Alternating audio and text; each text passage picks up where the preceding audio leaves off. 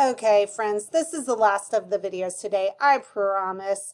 I wanted to make a video because of this last part, because I need to show you exactly how to do this assignment.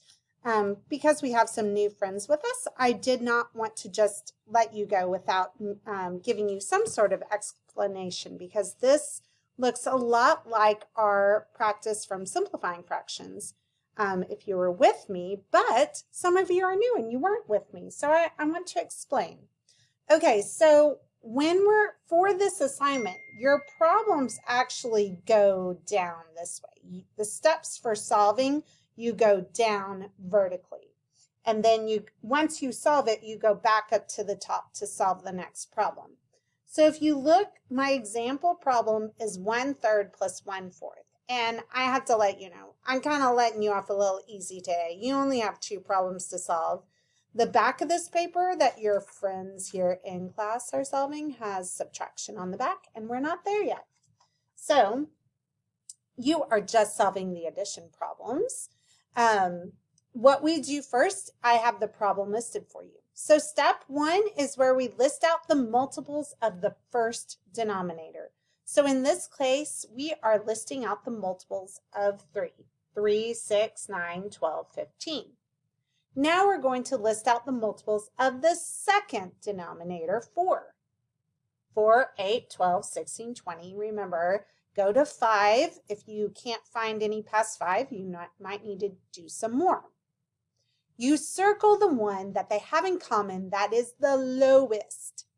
The reason we want the least common multiple is that helps us so you don't have to simplify. When you love to not have to simplify every time, when we find the lowest common multiple, it helps us not have to simplify at the end. So that's why we're finding the least common multiple. Okay, so here in step 3, we create like denominators, okay? That's where we do our dash times dash equals dash step.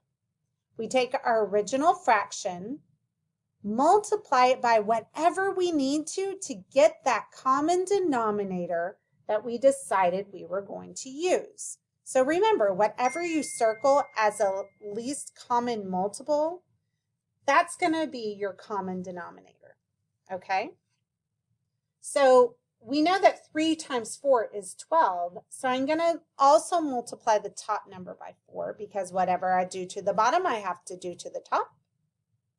And we get 1 times 4 is 4. Then we take our second fraction and do the same thing. Our common denominator will be 12. What do we have to multiply by 4 to get 12? Well, it's 3. Multiply by the 3 on the top as well, because whatever I do to the bottom, I have to do to the top. And 1 times 3 is 3. Then you solve with the like denominators. So in this case, we have our 4/12 plus 3/12 is 7/12. Now, if you notice, I give you a lot of hints at the beginning. I tell you which number you're going to be finding the multiples of in each step.